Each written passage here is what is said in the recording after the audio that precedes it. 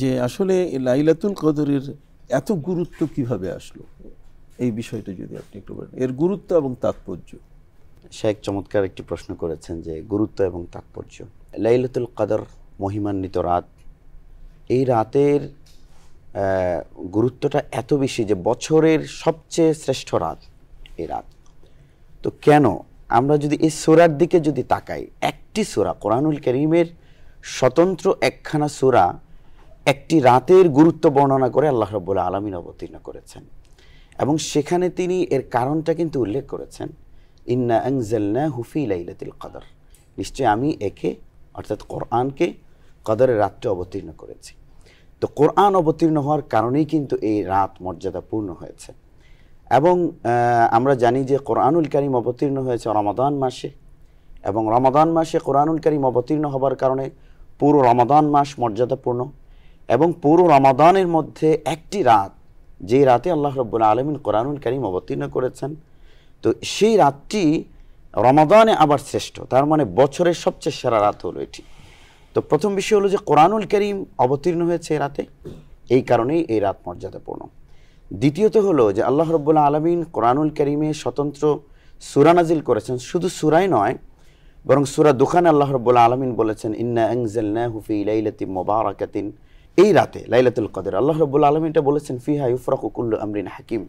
তো এই রাতের কথা কোরআনুল কারীমের একাধিক জায়গায়, আর কোরআনুল কারীমের একটা অক্ষর যদি আল্লাহ রাব্বুল আলামিন ইশারা দিয়েও কোনো একটা বিষয়কে বোঝান, সেটা মানব জাতির জন্য কতখানি গুরুত্বপূর্ণ হয়ে যায়। সেখানে আল্লাহ রাব্বুল আলামিন একটি শব্দ নয়, একটি অক্ষর নয়, বরং পুরো একখানা সূরা আল্লাহ রাব্বুল আলামিন একটি রাতের মর্যাদা বর্ণনা করে নাজিল করে দিয়েছেন। তো এখানে আল্লাহ রাব্বুল আলামিন ফজিলতটা বলেছেন যে কেন মর্যাদাটা হলো লাইলাতুল কদর খায়রুম মিন আলফি শাহর। শায়েখ চমৎকার বলেছিলেন হাজার মাসের চেয়ে আবার তানাজ্জালুল মালায়েকা, জি তানাজ্জালুল মালায়েকা ওয়ার রূহু ফিহা। আমরা আপনার কাছে আবার আসবো সময় হলে। আমরা এখন জাতীয় মসজিদ বাইতুল মোকাররমের সিনিয়র পেশ ইমাম জনাব মুফতি মাওলানা মিজানুর রহমান, আপনার কাছে আমরা একটু জানতে চাইবো যে এই কদরের রাতটা আমরা নবী করিম সাল্লাল্লাহু আলাইহি ওয়াসাল্লামের ভাষায় শুনেছি যে এটা 21, 23, 25, 27, 29 তারিখে তোমরা তালাশ করো। এটা হারিয়ে যাওয়ার পিছনে কারণ কি, এটা যদি আপনি একটু। এই রাত্রির সুনির্দিষ্টভাবে আল্লাহ রাব্বুল আলামিন জানিয়ে দিতে পারতেন, এবং জানিয়ে দেওয়ার পরে নবীজি সাল্লাল্লাহু আলাইহি ওয়াসাল্লাম উম্মাকে, তার অনুসারীদেরকে তিনি বলে দিতে পারতেন, বা এটাই খুব স্বাভাবিক ছিল।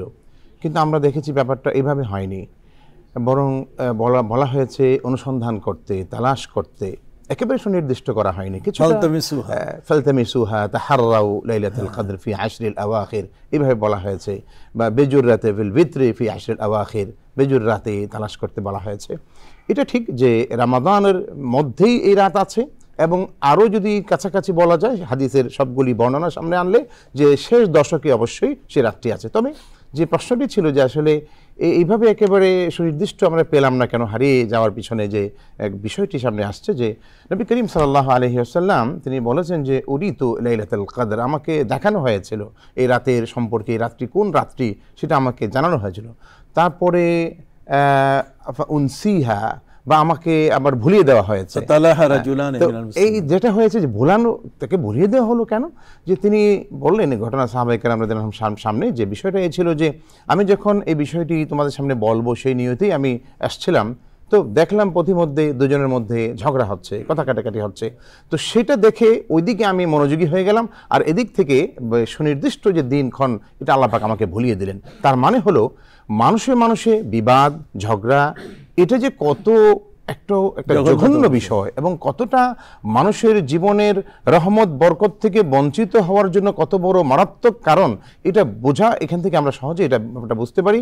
এবং আসলেই আল্লাহ রাব্বুল আলামিন আরেকটি রহস্য এখানে আল্লাহ পাক রেখে দিয়েছে যে বান্দা যেন সাধনা করে, বান্দা যেন তালাশের মধ্যে থাকে, বান্দা যেন আল্লাহর কাছ থেকে সেই মহা নিয়ামতটি পাওয়ার জন্য সে ব্যাকুল হয়ে আল্লাহর দিকে আরও বেশি ধাবিত হয়। সেজন্য আল্লাহ পাক একটু এটাকে ওইভাবে স্পষ্ট করেননি। এই জন্য নবী করিম সাল্লাল্লাহু আলাইহি ওয়াসাল্লাম আমাদেরকে নির্দেশ দিয়েছেন যে তোমরা অনুসন্ধানে থাকো। আর এই জন্যই আমরা দেখি যে গোটা পৃথিবীতে এখনও লাইলাতুল কদর অনুসন্ধান করার জন্য লক্ষ লক্ষ কোটি কোটি মুমিন সবসময় সে তারা রমাদানুল মুবারক আসলে পরে তারা সেই প্রয়াস চালান যে একটু হলেও আমরা যেন সেই লাইলাতুল কদরের বরকত এবং ফজিলত আমরা লাভ করতে পারি। কদরের এই রাতটি গোপন হয়ে যাওয়ার পেছনে যে রহস্যগুলো আপনি বললেন বড়ই চমৎকার।